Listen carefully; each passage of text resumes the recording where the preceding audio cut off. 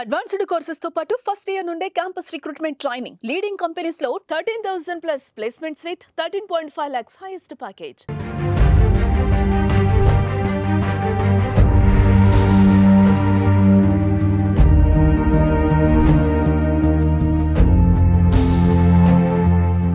నా పేరు తిరుమలేష్.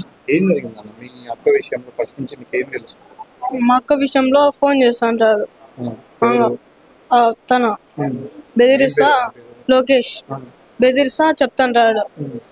మా అక్క చెప్పకుండా ఉంటుంది అటండి సార్. అంతే. నువ్వు చూసావా లోకేష్? నీతో ఎప్పుడన్నా మాట్లాడడం ట్రై చేశాడు? నిన్న ఏం చెప్పి వెళ్ళింది? మీరు ఇద్దరు ఒకేసారి వెళ్ళారా ఇంట్లో నుంచి? నేను సాయంత్రం మా ఫ్రెండ్ స్కూటీలో వస్తా 5:30కి అనింది. నేను స్కూల్కి వెళ్ళాను ముందే 7:50కే. మా అక్క వెళ్ళింది. మా అమ్మ అదే లాస్ట్ వీధి వరకు చూసిందంట, పోయిందంట. నుంచి ఎక్కడ పోయిందో తెలుసు. మీకు ఎప్పుడు తెలిసింది మీ అక్కకి ఇట్లా జరిగిందని? 9:10కి జరిగింది రాత్రి మార్నింగే. వాళ్ళ కాలేజీ వాళ్ళు ఫోన్ చేసి మీ పాప స్కూల్కి కాలేజీకి రాలేదని ఫోన్ చేసినారు. 9కే చేశారు నిన్న మార్నింగ్. మా నాన్న మా అమ్మకు 10కి చేసినాడంట. మా అమ్మ మా ఊరి నుంచి వచ్చేదానికి టైం 11 అయింది. మా అన్న గంటికి పోయి చూసేదానికి వాళ్ళిద్దరు పారిపోయినారంట. ఎక్కడికి వెళ్ళిందో తెలుసుకోవాలి. మళ్ళీ తర్వాత మీరు పోలీసు వాడు ఎలాంటి వాడు? వేస్ట్ ఫెల్. ఏం చదివినారు? ఏం చదివినారు? మీ ఊరేనా? చిన్నప్పటి నుంచి వాడు పరిచయం? నాకేం లేదు. ఊర్లో ఏం చేస్తుంటాడు? అదే రౌడీ జనం. బైక్ ఉన్నాడు. వాళ్ళ అమ్మ నాన్న ఏం చేస్తారు? వాళ్ళు పట్టించుకోరు. ఏం చేయాలంటారు జరిగిన విషయం?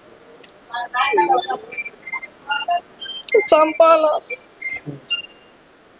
ఈయనతో పాటు కలిసి పెరిగిన అమ్మాయి తన అక్క మరణాన్ని జీర్ణించుకోలేకపోతున్నాడు తమ్ముడు. తను కూడా కన్నీటి పర్యంతమవుతూ ఉన్నాడు.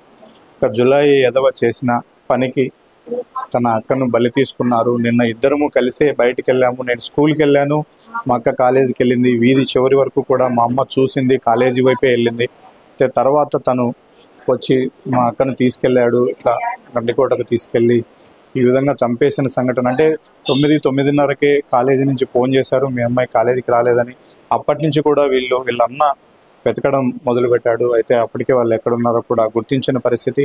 నిన్న వాళ్ళ నాన్న పనికి వెళ్ళిపోయాడు. వాళ్ళ అమ్మ డ్వాక్రా డబ్బులు కట్టడం కోసం వాళ్ళ సొంతూరు ఎర్రగుంట్ల మండలంలో ఉండేటువంటి వాళ్ళ విలేజ్కు వెళ్ళింది. ఎవరు కూడా నిన్న అంటే వెంటనే స్పందించడానికి ఎవరు అందుబాటులో లేరు. తీరా వీళ్ళందరూ స్పందించి వెతికే లోపలే అక్కడ దారుణ సంఘటన జరిగింది. ఇక చివరికి పోలీసులకు ఫిర్యాదు చేసిన నేపథ్యంలో ఈ దారుణం అంతా కూడా వెలుగు చూసిన పరిస్థితి కనిపిస్తుంది. ఇంట్లో ఉన్నటువంటి అందరూ బంధువులు కూడా వచ్చారు. ఆ అమ్మాయి ఫోటోలను చూసుకుంటూ వాళ్ళు పాత జ్ఞాపకాలను నెమరు వేసుకుంటూ కన్నీరు మున్నీరు అవుతున్నారు.